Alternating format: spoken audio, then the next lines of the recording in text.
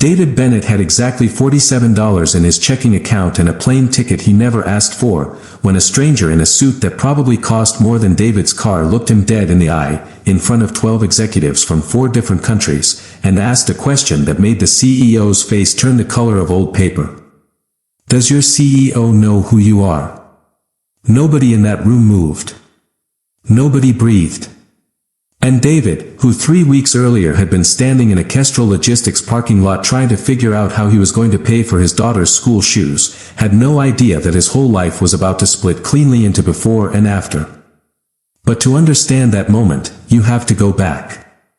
You have to understand who David Bennett really was, underneath the wrinkled dress shirt and the tired eyes and the badge that said Logistics Coordinator, Level 2. He was 36 years old.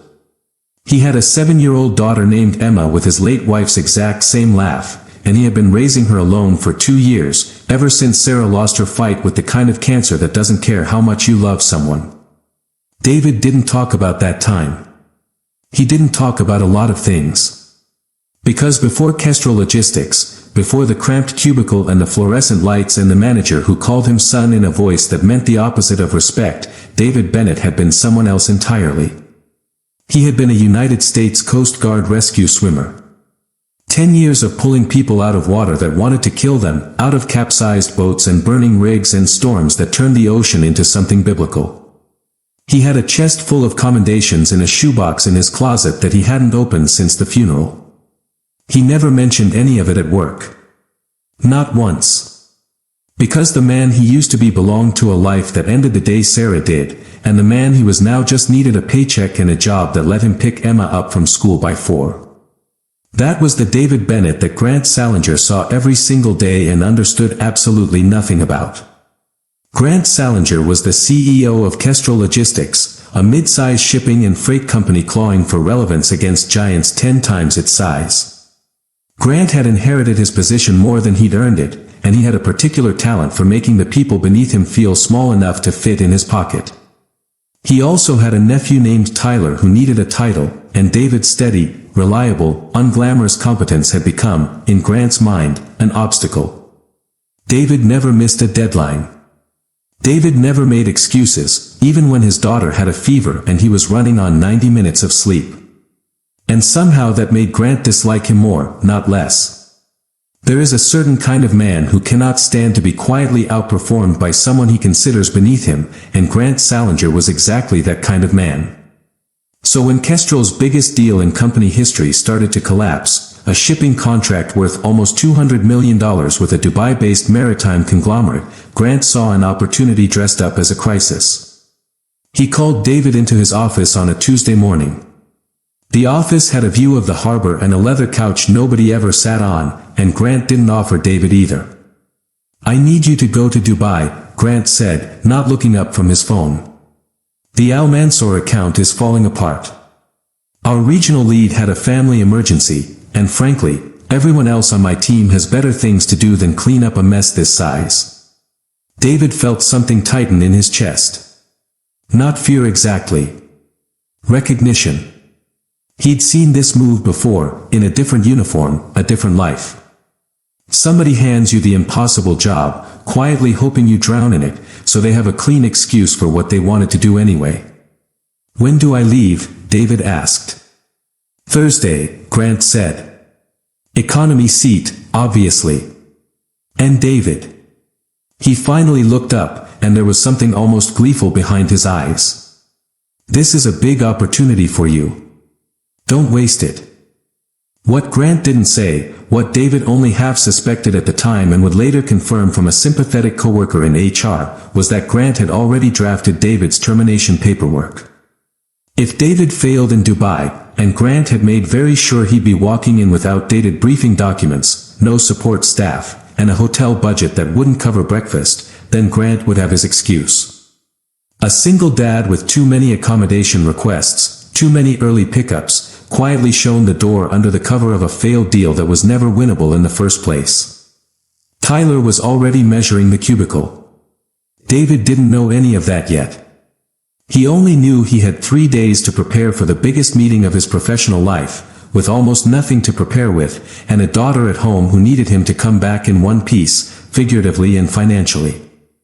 He sat with Emma that night at their small kitchen table, the one with the wobbly leg he kept meaning to fix, and she asked him where Dubai was on the globe she'd gotten for her birthday. He spun it and pointed and told her it was far away, and she asked if there was an ocean there, and he said yes, and something in his chest ached in a way he didn't examine too closely. "Are you scared, Daddy?" Emma asked, because kids see everything, even the things you think you're hiding.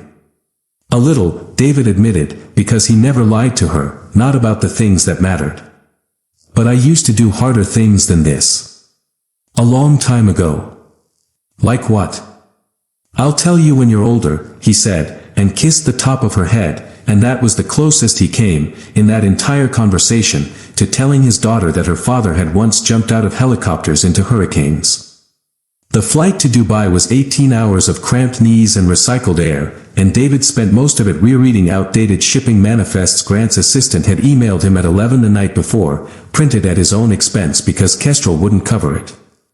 He landed exhausted, jet-lagged, wearing his one good suit, and checked into a hotel so far from the business district that he had to take 2 trains just to reach the Al Mansour Group's headquarters the next morning. He stood outside that building and looked up.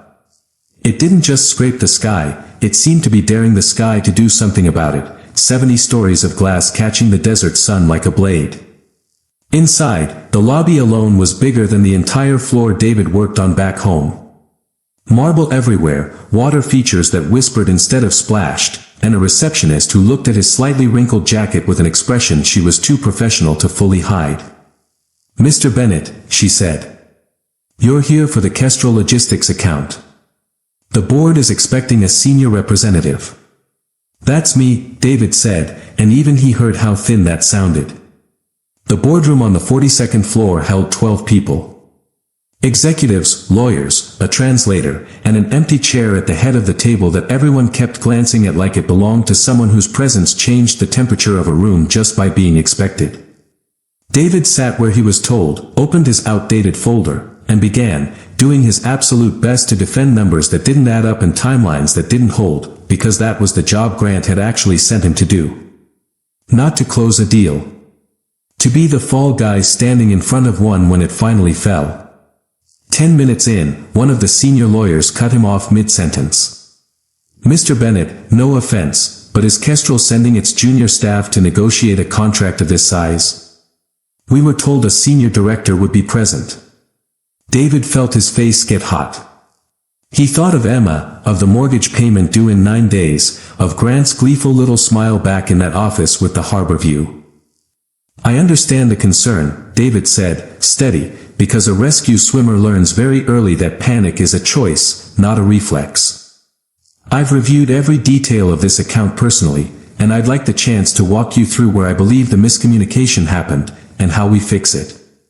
That was when the door opened. The room went quiet the way a room goes quiet for weather, not for people. A man walked in, mid-50s, silver at the temples, wearing a suit so understated it somehow made everyone else's look loud. Every single executive at that table rose halfway out of their chairs. The translator actually stood all the way up. "Please," the man said, waving a hand, sit, in a voice that had clearly given 1,000 orders and expected every single one obeyed instantly, and gently. He crossed to the head of the table, and it was only when he turned to take his seat that his eyes landed on David. He stopped. David watched the man's face do something strange, something that didn't belong in a corporate boardroom at all. Recognition. Disbelief. The particular stillness of a person seeing a ghost they'd given up hoping for. "It cannot be," the man said quietly, in English, almost to himself. David's stomach dropped. He had no idea who this man was. But something in his own memory, some old instinct buried under 2 years of grief and cubicle fluorescence, stirred awake. "Stand up," the man said to David, not unkindly, almost gently.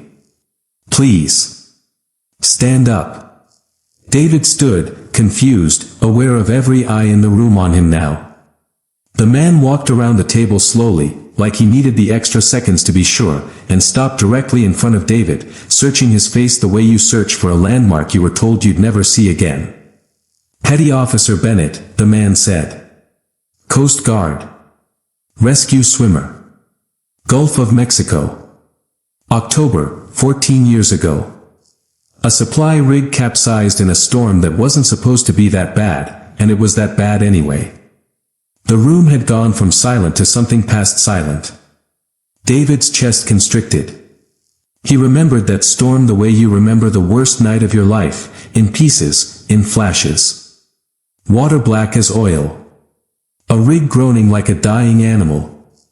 9 men trapped below deck, and he'd gone into the water 4 times because the winds were too strong for a 5th attempt, and he did it anyway. You were the engineer, David said slowly, the memory surfacing whole now, unstoppable. Young guy. You wouldn't let go of the railing. I had to physically pry your hands off it. I thought if I let go, I would drown, the man said, and there was something raw in his voice now, something that had nothing to do with billions of dollars. You told me the water was safer than the metal. You were wrong, and you were right, and I have thought about that sentence for 14 years. He turned to the room. Every executive, every lawyer, the translator who had gone completely still, all of them watching a moment none of them understood yet. This man, the man said, and his voice carried now, filled the whole room, pulled me out of the water when I was 26 years old and had nothing. No company. No name anyone would recognize. I was an engineer on a rig that should have killed me, and it very nearly did, and this man went into a hurricane 4 times to make sure it didn't. I tried for years to find him. The Coast Guard doesn't release names easily, and he never surfaced, no interviews, no recognition, nothing. I built everything I have after that night. Every ship in this company's fleet exists because I got a second chance I didn't earn, from a stranger who didn't even tell me his name before he swam away to find the next person drowning. He turned back to David. You disappeared, he said. I looked. I got married, David said quietly. Had a daughter. Left the service a few years later. My wife got sick. I needed something steady. He didn't say the rest. He didn't need to. Something in his face said it for him, and the man's expression softened into something almost tender. I am so sorry, the man said, and meant it completely. Then he turned, and his eyes swept the room until they landed on the video call screen at the far end of the table, where Grant Salinger's face had been sitting, small and forgotten, for the entire meeting, patched in remotely because he hadn't bothered to fly out for a deal he expected David to lose. Grant's expression on that screen had gone from bored, to confused, to something rapidly approaching horror. Mr. Salinger, the man said, and now his voice had an edge in it that could have cut glass. I am Farid Al-Mansour. You sent your company's representative to my headquarters for the largest contract in Kestrel's history, in the least prepared conditions I have ever witnessed in 30 years of business, and I would like to ask you something, in front of your own client. He let the silence stretch just long enough to hurt. Does your CEO know who you are? Farid asked, looking directly at David as he said it, though the question was clearly meant for Grant. Because I do. I know exactly who this man is. I know what he did with his hands, in water that would have killed most people twice over, to save a stranger who couldn't even repay him with a name. And you sent him here in an economy seat with outdated paperwork, hoping he would fail, so that you could fire a single father who has apparently never once let you down.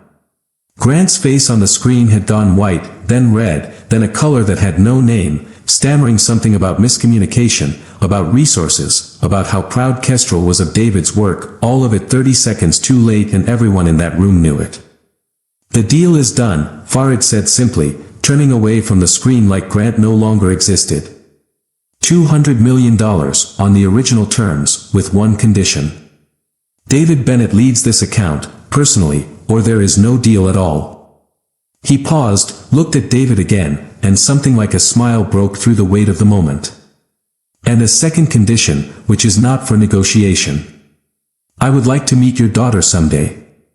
Any man who raised his hands like a hero and never once told anyone deserves a daughter who knows exactly who her father is. The room exhaled all at once, a ripple of relieved laughter and disbelief and quiet awe, and David stood there in his slightly wrinkled suit, in a boardroom on the 42nd floor of a building that scraped the sky, and felt something inside him that he hadn't felt in 2 years. Not triumph exactly. Something quieter. Something like being seen. 3 months later, David Bennett did not work for Kestrel Logistics anymore. Farid Al-Mansour had made him an offer that Grant Salinger, humiliated and exposed in front of his own board for the pattern of quiet cruelty that surfaced once people started asking questions, could not begin to match, and Kestrel's board did not give him the chance to try, choosing instead to part ways with a CEO whose judgment had nearly cost the company its most important contract out of pure spite. David became the head of Al-Mansour Maritime's North American division, working from an office with an actual harbor view he was actually invited to enjoy, and the first thing he did with his new salary was pay off the house, and the second thing he did was buy Emma a proper globe with lights that showed every ocean glowing blue at night. He told her the whole story eventually, all of it, the rig and the storm and the 14 years in between, sitting on her bedroom floor with the lights off except for that little glowing globe between them. She listened the way only a child can, completely, without judgment, without needing any of it to be more dramatic than it already was. So the CEO didn't know who you really were, Emma said slowly, working it out. But you didn't even know it either. Not really. Not until that man walked in. David thought about that for a long moment, about the version of himself that had spent 2 years believing he was just a tired guy in a cubicle trying to keep the lights on, when the whole time he had simply been waiting, quietly, for someone to remember what he was capable of. I guess sometimes, he said, you forget who you are, until somebody else remembers for you. Emma nodded like that made perfect sense, because to a 7-year-old, it did. And somewhere out past their window, past the ordinary rooftops of an ordinary street, the ocean that had once nearly taken everything from a stranger kept moving the way it always had, indifferent and enormous, holding its secrets until exactly the right moment to give them back.